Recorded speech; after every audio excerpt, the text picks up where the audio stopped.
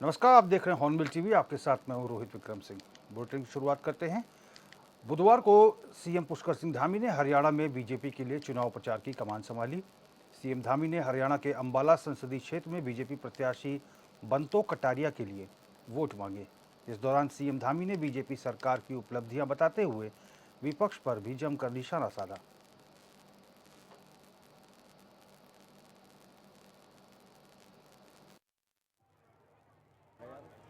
बहुत ही कि आपके एक वोट के मूल्य क्या है, आपके एक वोट की कीमत क्या है।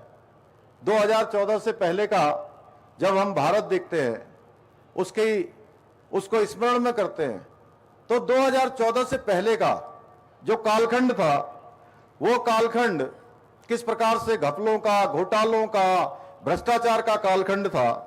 और आज आदरणीय प्रधानमंत्री मोदी जी के नेतृत्व में भारत विकास और समृद्धि के पथ पर तेजी से आगे बढ़ा है। दुनिया के अंदर भारत का मान सम्मान बढ़ा है, भारत की पहचान बढ़ी है। हर भारतवासी को गर्व होता है कि मैं भारत का रहने वाला हूं, मैं एक भारतीय हूं। ये बात मैं इसलिए कह सकता हूं कि मुझे दुनिया के अन्य देशों में जाने का अवसर मिला।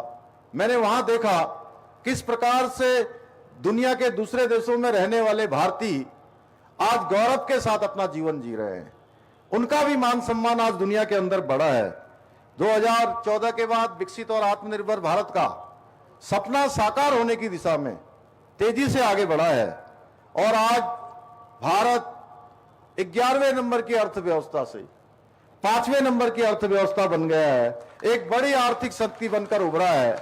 और आने वाले समय में हम तीसरी आर्थिक शक्ति भी बनेंगे। आदरणीय प्रधानमंत्री जी का संकल्प है कि भारत दुनिया की तीसरी सबसे बड़ी आर्थिक शक्ति बनेगा और आने वाले समय में हम नंबर 1 की आर्थिक शक्ति भी बनेंगे। भाइयों बहनों, जो विकसित भारत का संकल्प लिया है, आज मोदी सरकार की startup India, make in India जैसी अनेक जो योजनाएं हैं, वो भारत को आत्मनिर्भर बनाने की दिशा में तेजी से आगे बढ़ा रही है। आज दुनिया की हर कंपनी भारत में निवेश करना चाहती है। अभी मैं असीम जी से रास्ते भर यही चर्चा करते हुए आ रहा था कि यहाँ पर किस प्रकार का मैन्युफैक्चरिंग होता है, इंडस्ट्री के क्षेत्र में किस प्रकार से काम होता है। भाइयों बहनों, पिछले 10 वर्षों में आदरणीय मोदी जी ने भारत के नवनिर्माण के लिए अपने जीवन का एक एक क्षण और एक एक पल देश के 140 करोड़ भारतवासियों को अपना परिवार मानकर समर्पित किया है। बिना रुके, बिना थके, एक पल भी विश्राम लिए बिना लगातार देशवासियों के लिए काम किया है। भाइयों बहनों, पिछले 10 वर्षों में 55,000 किलोमीटर नेशनल हाईवे बने हैं, 7 IIT, 7 नए IIM, 15 नए एम्स, 390 विश्वविद्यालय और लगभग 700 नए मेडिकल कॉलेज खोले गए हैं। इसके साथ ही भारत के विश्व स्तरीय इंफ्रास्ट्रक्चर को देखकर आज दुनिया के बड़े बड़े विकसित देश भी आश्चर्यचकित है कि भारत इतनी तेजी से कैसे प्रगति कर रहा है। आज विश्व स्तरीय जो expressway, ring roads, highway, elevated roads के साथ ही मेट्रो रेल, मोनो रेल, जो हमारे गुरुग्राम में अभी माननीय प्रधानमंत्री जी ने जिसका उद्घाटन किया था, under water metro, Vande Bharat जैसी ट्रेनें, विश्व स्तरीय परियोजनाएं आज नए भारत की और विकसित भारत के संकल्प को पूरा करने के लिए तेजी से आगे बढ़ रही हैं। आज भारत के टियर 2, टियर 3 शहरों में भी हवाई अड्डे बन रहे हैं। मैं जब अभी यहाँ अंबाला में उतरा तो मैंने अभी पूछा इनसे, तो यहाँ का जो अंबाला का एयरपोर्ट है, यह भी आने वाले समय में उड़ान सेवा के तहत जल्दी ही काम करने वाला है। भाइयों बहनों, आजादी के बाद जिस तेज गति से आज हवाई अड्डों का निर्माण हुआ है, पिछले 60 सालों का अगर हम लेखा जोखा देखेंगे तो जितने हवाई अड्डे पिछले 60 सालों में बने हैं, उससे अधिक हवाई अड्डे मोदी सरकार के 10 साल के कालखंड में बन गए हैं। इस आपके अंबाला में जो एयरपोर्ट बनकर तैयार होने वाला है, उससे भी कई शहरों को यहां से सीधे विमान सेवा की मंजूरी मिल गई है। आने वाले समय में आप सबके लिए, अंबाला वासियों के लिए भी एक बहुत यात्रा करना आसान होने वाला है। भाइयों बहनों, आधुनिक भारत के निर्माण के साथ साथ गरीबों के कल्याण के लिए भी अनेक योजनाएं मोदी सरकार ने चलाई हैं। उसमें अगर हम बात करें, जनधन योजना, आयुष्मान भारत योजना, उज्ज्वला योजना, किसान समृद्धि योजना, प्रधानमंत्री आवास योजना, मुफ्त राशन योजना, जल जीवन मिशन में जल जीवन मिशन योजना, इज्जत घर, स्वच्छ भारत अभियान, ड्रोन दीदी योजना, लखपति दीदी योजना, ऐसी अनेक योजनाएं जिसने भारत के हर उस व्यक्ति को जिसको योजनाओं की आवश्यकता है उसके जीवन को कायाकल्प की ओर ले जाने का काम किया है, उसके जीवन को आगे बढ़ाने का काम किया है। यही कारण है कि मोदी जी के 10 साल के कालखंड में 25 करोड़ से ज्यादा लोग गरीबी रेखा से बाहर निकले हैं, यानी कि सामान्य स्थिति में आए हैं। भाइयों बहनों, ये 25 करोड़ का आंकड़ा कोई सामान्य आंकड़ा नहीं है। कहने में बहुत आसान लगता है 25 करोड़। आप सोचिए 25 करोड़ की आबादी, उसको गरीबी रेखा से बाहर निकालना कितना बड़ा काम है। ये काम मोदी जी ने किया है। मोदी जी के नेतृत्व वाली सरकार में 10 वर्षों में और भी कई महत्वपूर्ण निर्णय हुए हैं। भारतीय जनता पार्टी जो कहती है वह हर हाल में पूरा करती है, यही मोदी जी की गारंटी है। भाइयों बहनों, केवल शब्द चुरा लेने से वो गारंटी शब्द उनका नहीं हो जाता है। आज बहुत सारे लोग बहुत प्रकार की गारंटियों की बात कर रहे हैं, लेकिन सही में जो कार्यशैली है, जो गारंटी है, वो गारंटी ही मोदी जी की गारंटी पूरी होने की गारंटी है। किसी भी शहर का ट्रैफिक का दबाव बढ़ता है तो वहां के पुलिस प्रशासन की जिम्मेदारी होती है कि ट्रैफिक को कंट्रोल किया जाए। लेकिन देहरादून के एसएसपी साहब ने एक ऐसा बयान दे दिया है जिसे लेकर सत्ता पक्ष पर विपक्ष हमलावर हो गया है। मामला क्या है, ये रिपोर्ट देखिए, फिर समझने की कोशिश करेंगे कि आखिर एसएसपी ने ऐसा क्यों बोला। रूट व्यवस्था एक बार जरूर जो हमारी ऑफिशियल वेबसाइट्स वगैरह उस पर देख लें और कोशिश करें कि जो है सैटरडे संडे वीकेंड्स पर थोड़ा सा अवॉइड करें अगर हो सकता है। उत्तराखंड की राजधानी देहरादून के एसएसपी अजय सिंह का बयान भी बड़ा अजीब है। पर्यटन सीजन चल रहा है और मसूरी आने वाले पर्यटकों से साहब अपील कर रहे हैं कि शनिवार और रविवार को मसूरी आने की सोच रहे हैं तो यातायात को ध्यान में रखकर ही प्लान करें। मतलब अगर कोई दिल्ली, मुंबई या किसी अन्य प्रदेश से पर्यटक आएंगे तो पहले देहरादून पुलिस की साइट पर जाकर चेक करेंगे और प्लान बनाएंगे कि जाना है या नहीं। हैरानी होती है ऐसे वरिष्ठ अधिकारी के बयान पर। उत्तराखंड सरकार पर्यटन को बढ़ावा देने पर जोर दे रही है और देहरादून के एसएसपी साहब ट्रैफिक कंट्रोल करने की जगह मीडिया के सवालों पर उपदेश दे रहे हैं। देखिए, मसूरी एक हमेशा से पुराना डेस्टिनेशन रहा है यहाँ पर और बहुत सारे जो हमारे जो यहाँ पर टूरिस्ट आते हैं वो मसूरी का और आसपास के क्षेत्रों में जाते हैं। जैसा मैंने बताया कि ये चारधाम यात्रा भी है और टूरिस्ट सीजन भी है और हमारे पास पहाड़ों में सिर्फ सिंगल रोड होती है, बहुत ज़्यादा अल्टरनेट रास्ते नहीं होते कि किसी को डाइवर्ट करके वहाँ भेजा जा सके, खासकर मसूरी के लिए। तो जो हमारे आउटर के इलाके हैं वहाँ तक तो आते हैं, लेकिन जब ज़्यादा यात्री आ जाते हैं, ज़्यादा गाड़ी आ जाती है तो रास्ता एक ही होने के कारण कभी कभी दिक्कत होती है। एक सीओ को डेडिकेटेड वहाँ रखा गया, हमारी ड्रोन से मॉनिटरिंग चल रही है, एक्स्ट्रा फोर्स भी दिया गया है और साथ ही साथ इसमें यह भी अपील है कि अपनी गाड़ी का फिटनेस करा के, बहुत लोग हमारे जो टूरिस्ट आ जाते हैं अपनी गाड़ी को फिटनेस करा के नहीं लाते हैं और जब पहाड़ों में जाते हैं तो वहाँ की गाड़ियाँ ब्रेक डाउन हो जाती है। इससे भी अक्सर देखा गया कि यातायात व्यवस्था जाम हो जाती है, चूँकि वन वे हो जाता है और गाड़ी हटाने में बड़ी दिक्कत होती है।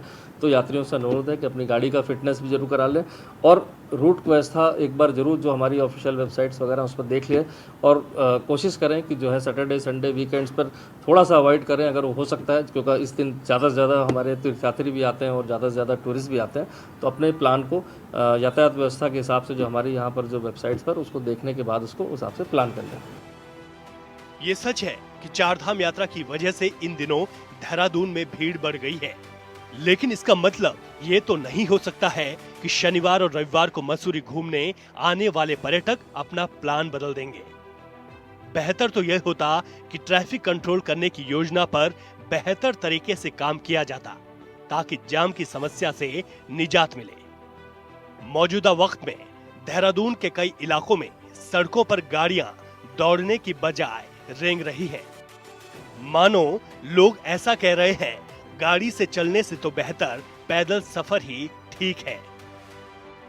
राजधानी देहरादून में यातायात जो है भारी मात्रा में जो है बढ़ गया है और जिस तरीके से देहरादून की सड़कों पर जो है गाड़ियों का दबाव है, ट्रैफिक का दबाव है, उससे निजात पाने के लिए जो है ट्रैफिक पुलिस के पास कोई भी जो है रोड मैप नज़र नहीं आता। और आप किसी भी रोड पे निकल जाइए, चाहे आप राजपुर रोड निकलिए, चाहे आप सहारनपुर रोड निकलिए, चाहे आप हरिद्वार रोड निकलिए, हर जगह जो जाम की स्थिति है और बच्चे समय से स्कूल नहीं पहुंच पाते हैं, बीमार समय से जो है हॉस्पिटल नहीं पहुंच पाते हैं, ऑफिस जाने वाले लोग जो है समय से ऑफिस नहीं जा पाते। इसी तरीके से जो है जब घर को लौटते हैं तब भी दिक्कतें होती हैं। और सबसे बड़ी बात, जो पूरे देश से सैलानी जो है उत्तराखंड आते हैं वो राजधानी देहरादून भी आते हैं, तो राजधानी देहरादून में जब उनको जो है जाम की समस्या से जूझना पड़ता है तो निश्चित तौर पर इससे प्रदेश की छवि और राजधानी की छवि भी पूरे देश में खराब होती है। और एसपी ट्रैफिक अगर कह रहे हैं कि साहब जो है वीकेंड पे मसूरी ना आए, ये हमारे पर्यटक स्थलों पे ना आए, पर्यटन के भरोसे तो राज्य जो है राजस्व की प्राप्तियां करता है, बेरोजगारों को रोजगार मिलता है। राजधानी देहरादून के रास्ते से भी चंबा, टिहरी के साथ ही गंगोत्री, यमुनोत्री, उत्तरकाशी और पहाड़ों की रानी मसूरी जाते हैं। लिहाजा इन दिनों देहरादून में जाम की समस्या से लोगों को दो चार होना पड़ रहा है। जाहिर है ऐसे में सवाल तो उठेंगे ही। लिहाजा कांग्रेस प्रवक्ता शीशपाल सिंह बिष्ट ने कहा कि सरकार ट्रैफिक को लेकर बिल्कुल भी चिंतित नहीं है और न ही सरकार ने ट्रैफिक को लेकर कोई ठोस प्लान तैयार किया। आप जो है ट्रैफिक का दबाव कम करने के लिए अन्य विकल्पों पर विचार क्यों नहीं कर रहे हैं? उस पर तो सरकार जो है कोई एक्सरसाइज नहीं करनी चाहती। विभाग जो है तब तो कुंभकर्ण की निद्रा में सोए हुए हैं जब उन्हें होमवर्क करना चाहिए। आप जो है लोगों को आने से कैसे रोक सकते हैं? आप हिमाचल प्रदेश में शिमला से क्यों प्रेरणा नहीं लेते, या अन्य जो है हिल स्टेशनों से क्यों प्रेरणा नहीं लेते? वहाँ पर किस तरीके से जो है ट्रैफिक का दबाव कम किया गया है, निश्चित तौर पर आपके लिए एक जो है मार्गदर्शक का काम कर सकता है। लेकिन प्रशासन और सरकार जो है विकल्पों पर विचार करने की जगह, होमवर्क करने की जगह जो है पार्किंग के स्थान जो है बढ़ाने की जगह, ये अन्य काम करने की जगह जो है लोगों को आने से रोकना चाहती है। ये निश्चित तौर पर सही नहीं है और निश्चित तौर पर ट्रैफिक व्यवस्था किस तरीके से कम हो, इसका समाधान निकालना भी जो है सरकार और प्रशासन का काम है। देहरादून में ट्रैफिक को लेकर कांग्रेस के आरोपों पर बीजेपी प्रदेश प्रवक्ता सुनीता विद्यार्थी ने कहा कि सरकार देहरादून में स्मार्ट सिटी के तहत सड़कों का पूर्ण निर्माण कर रही है। सड़कों को बेहतर बनाने का प्रयास किया जा रहा है। मसूरी देहरादून रोड पर वैकल्पिक मार्ग तलाशा जा रहा है। पर्यटकों को जाम से निजात दिलाने के लिए बेहतर व्यवस्था की जा रही है। पुलिस प्रशासन भी लगातार इसके लिए काम कर रहा है। देखिए, निश्चित रूप से क्योंकि देहरादून में जिस प्रकार की सड़कों का जो जाल है वो लिमिटेड इसलिए कहूँगी मैं क्योंकि पॉपुलेशन बहुत ज़्यादा हो गई है और स्कूल्स जो हमारे बहुत सारे स्कूल जो हैं ऑन रोड हैं, कई जगह पे ट्रैफिक का वहाँ पे हमेशा प्रॉब्लम रहता है। तो उससे निजात पाने के लिए हम लोग जो हैं लगातार हमारी जो डिपार्टमेंट्स हैं वो काम कर रहे हैं और उसके विकल्प भी हम लोग खोज रहे हैं कि जहाँ पे भी जाम की स्थिति बनती है तो एक वैकल्पिक रास्ता जो उसका है वो भी वहाँ से डाइवर्ट किया जाए ट्रैफिक को। तो आजकल जैसे गंगोत्री, यमुनोत्री को मसूरी रोड से ज़्यादातर लोग जा रहे हैं और ऊपर से पर्यटन भी अपने जो है शुरू हो गया है, तो पर्यटन की दृष्टि से भी बहुत लोग यहाँ पे आना जाना शुरू हो जाते हैं। तो ये इस महीने में ये चिंता रहती है, लेकिन कोशिश यही है कि मेन रोड को खाली रखा जाए और जो उसके विकल्प हैं उन पर काम किया जाए। तो वैसे करके हम ट्रैफिक को डाइवर्ट करते हैं और जनता को इससे निजात दिलाते हैं। वरिष्ठ पत्रकार कुलदीप राणा का कहना है कि अगर पर्यटन सीजन में एसएसपी देहरादून ये बयान देते हैं कि आप वीकेंड में मसूरी का रुख न करें, तो इससे साफ स्पष्ट होता है कि सरकार और पुलिस प्रशासन अपनी नाकामी और कार्यशैली पर खुद ही सवाल खड़े कर रही है। साथ ही राणा ने कहा कि अगर एसएसपी देहरादून इस तरह के बयान देते हैं तो पर्यटन सचिव कहां हैं और वह इस मामले को गंभीरता से क्यों नहीं लेते। अगर ये एसपी ट्रैफिक का कहना है कि मसूरी आना बंद करें टूरिस्ट, तो ये बहुत निराशाजनक बात है। पुलिस विभाग अपनी खामियों के लिए का ठीकरा दूसरों पर फोड़ रहा है। उत्तराखंड पुलिस में खासकर ये एक बड़ी दिक्कत रही है कि यहाँ राज्य बनने के बाद से ट्रैफिक को लेकर के कोई प्लान नहीं रहा है। राज्य में आज भी उत्तर प्रदेश के समय जिन सड़कों पर जिन दिशाओं में वाहन चला करते थे, आज भी वही स्थिति है। देहरादून में ही देख लें तो कोई नई सड़क को लेकर के कोई नया मास्टर प्लान का ट्रैफिक का अभी तक आया नहीं है। और अगर टूरिस्ट गर्मियों के समय में अगर हिल स्टेशन में नहीं आएगा तो कब आएगा? पुलिस को पर्यटन सचिव इस विषय पर क्या कह रहे हैं, उनका क्या कहना है? भाई राज्य की इकोनॉमी में सबसे बड़ी भूमिका टूरिस्टों की है, ठीक। पुलिस को चाहिए कि वो यातायात को व्यवस्थित करने के लिए कार्य योजना बनाए, जो उनका काम है। लेकिन अफसोस की बात यह है कि उत्तराखंड में पुलिस अपने विषय से ज़्यादा दूसरे के विषयों पर गंभीर रहती है।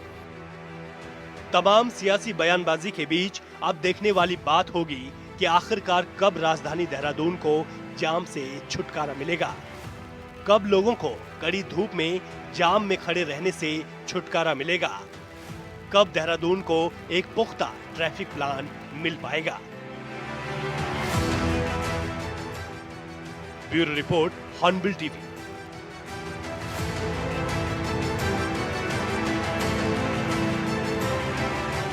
चारधाम यात्रा शुरू होने के बाद से ही रिकॉर्ड तोड़ श्रद्धालुओं के पहुंचने से यात्रा मार्ग जाम हो चुके हैं।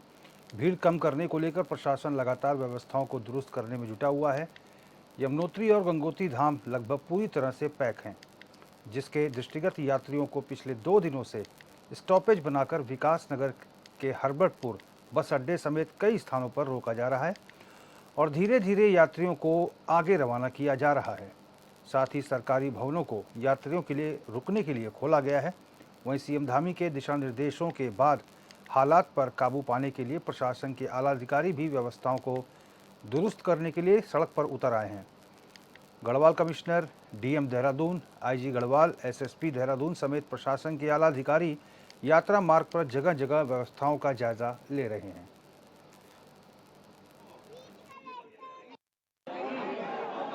इस बार बहुत बड़ी संख्या में श्रद्धालु आ रहे हैं। मैं तो मानता हूँ कि ये हमारे प्रदेश का सौभाग्य है कि इतनी बड़ी संख्या में श्रद्धालु आ रहे हैं। और मुख्यमंत्री जी ने 2 बातों का बड़ा स्पष्ट निर्देश दे रखा है कि एक तो यात्रा बहुत ही सुरक्षित होनी चाहिए, साथ ही साथ कोई भी श्रद्धालु बिना दर्शन के वापस नहीं जाना चाहिए। इसी बात को ध्यान में रखकर हम लोग चारों धामों में कुछ रेगुलेट कर रहे हैं। फिलहाल बद्रीनाथ जी, केदारनाथ जी, इसमें कोई दिक्कत नहीं है, बहुत स्मूथ यात्रा चल रही है। यमुनोत्री की भी मोरालेस ठीक है, थोड़ा सा गंगोत्री रूट पर जाम की स्थिति थी, लेकिन आज दोपहर बाद से वहाँ स्थितियाँ काफ़ी नॉर्मल नहीं है। 10 मई से शुरू हुई चारधाम यात्रा को अभी कुछ ही दिन हुए हैं और लाखों की संख्या में तीर्थयात्री चारों धामों को पहुंचने लगे हैं। अपनी यात्रा के दौरान श्रद्धालु देवप्रयाग संगम पर भी रुक रहे हैं और यहां अद्भुत नज़ारे देख खुद को सौभाग्यशाली बता रहे हैं।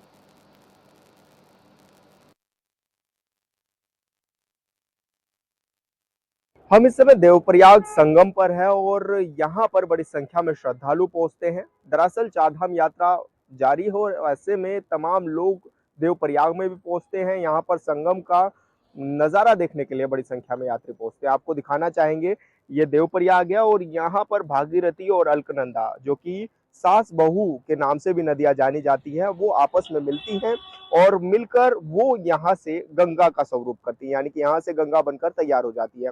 205 किलोमीटर भागीरथी बहकर यहाँ पर पहुंचती है और लगभग 195 किलोमीटर अलकनंदा नदी बहती है, जो कि देवप्रयाग के यहाँ पर संगम पे आकर ये दोनों नदियां मिलती हैं और यही वो खूबसूरत नज़ारा होता है जो जिसको देखने के लिए पर्यटक दूर दराज से यहाँ पर आते हैं।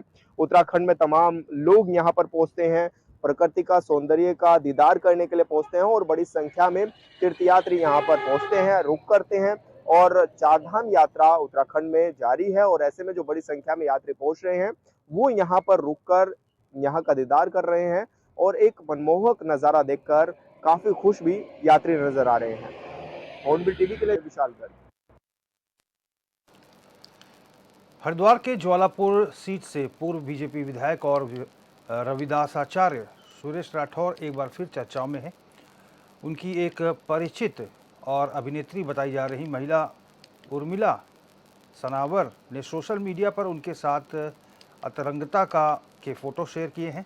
सिर्फ इतना ही नहीं, अभिनेत्री ने रविदासाचार्य के लिए अपने नाम के साथ पूर्व विधायक का सरनेम भी लिखा है, जिससे मामला गर्म विषय बन गया है।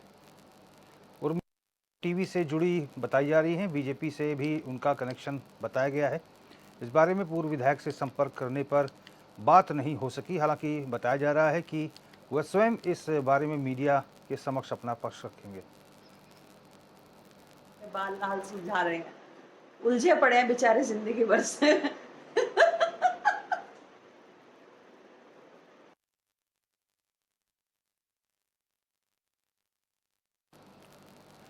पौड़ी के मुख्य विकास अधिकारी अपूर्वा पांडे की अध्यक्षता में विकास भवन सभागार में ग्राम्य विकास को लेकर केंद्र और राज्य सरकार की चल रही योजनाओं की समीक्षा की गई, जिसमें वार्षिक और मासिक लक्ष्यों को लेकर समीक्षा के साथ आगामी कार्य योजना पर चर्चा की गई।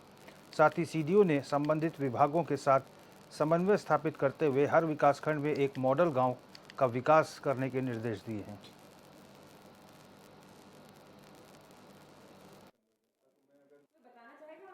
भारत सरकार की बहुत सारी योजनाएं ग्रामीण विकास विभाग की चल रही हैं। उसके अतिरिक्त राज्य सरकार की भी कई सारी योजनाएं चल रही हैं। तो उन योजनाओं में जो हमारे वार्षिक टारगेट होते हैं और जो मंथली टारगेट होते हैं, उनमें विभागों की एवं हमारे विभिन्न विकास खंडों की क्या प्रोग्रेस है, उसकी ये समीक्षा बैठक की नियमित रूप से की जाती है और साल भर के आने वाले साल की भी कार्य योजना पर हमारे द्वारा उसमें समग्र चर्चा की गई है, विचार किया गया है।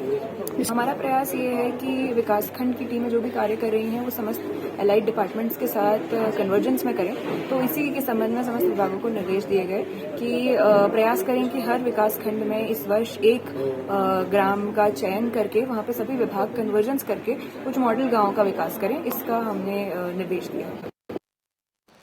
चंपावत स्थित पीएम श्री राजकीय इंटर कॉलेज दिगाली चौड़ में हाई वोल्टेज से कई बिजली उपकरण फूंक गए। स्कूल के प्रिंसिपल और प्रभारी खंड शिक्षा अधिकारी घनश्याम भट्ट ने बताया कि हाई वोल्टेज से स्कूल में संचालित वर्चुअल लैब का इन्वर्टर फूंक गया, जिससे वर्चुअल लैब का प्रसारण बाधित हो गया है।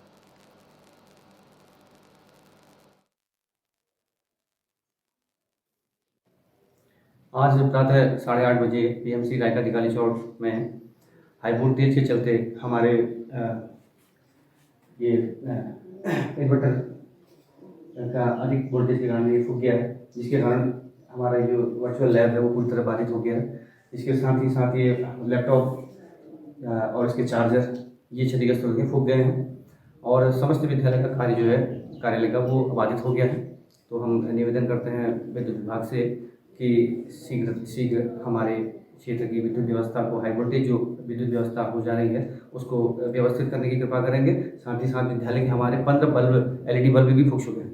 तो पुनः एक बार निवेदन है कि हमारी क्षेत्रीय विद्युत कार्यालय से कि ऐसी पुनरावृत्ति न हो पाए, जिससे कि हमारे विद्यालय को उपकरण को नुकसान। पौड़ी के जूनियर हाई स्कूल पैंडुल के 6 छात्र फूड पॉइजनिंग का शिकार हो गए हैं। आनन फानन में बच्चों को जिला अस्पताल में भर्ती कराया गया, जहां उनका इलाज चल रहा है। डॉक्टरों के मुताबिक अब बच्चे खतरे से बाहर हैं। मिली जानकारी के मुताबिक बच्चों ने स्कूल में बना MDM का भोजन किया। इसके बाद स्कूल की छुट्टी हो जाने पर 6 बच्चों को उल्टी होने की शिकायत मिली। बच्चों की तबीयत खराब होने की सूचना स्कूल के शिक्षकों को भी दी गई है।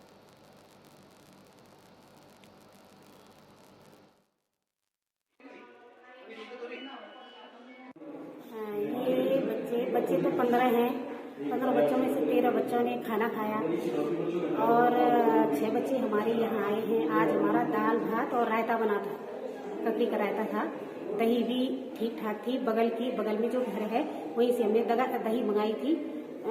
मैंने भी टेस्ट की थी। दही बड़ी ताज़ी दही थी, टेस्टी थी। बाकी बच्चे ठीक हैं।